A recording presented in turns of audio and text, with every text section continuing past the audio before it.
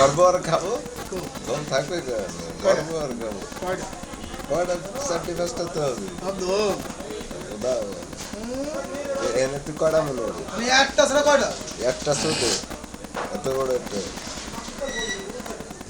আজকে দুটো হচ্ছে না ঠিক কয়টার কথা এগুলো টাকা আড়াইশো ইনকাম যা করছে না কয়জন তাই দিয়ে যে একজনে করে মারছে আমার বইয়ের মধ্যে ব্যবসা আমার বিয়ের মধ্যে ব্যবসা জানেন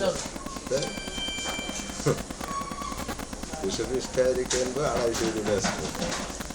ঠিক আছে কত টাকা 30 টাকা আবার 250 300 বাজার মধ্যে 300 এখন না 300 খাবো দাবো সবরের ভোট দেবো না এখন যদি আবার ধানের শেষে দেওয়া লাগে বাড়ি দড়ি খাইয়ে তাহলে তো হবে না। খাবো দাবো সবরের ভোট দেবো না এরপরে যদি আবার বাড়ি দড়ি খাইয়ে যদি ধানের শেষে ভোট দেওয়া লাগে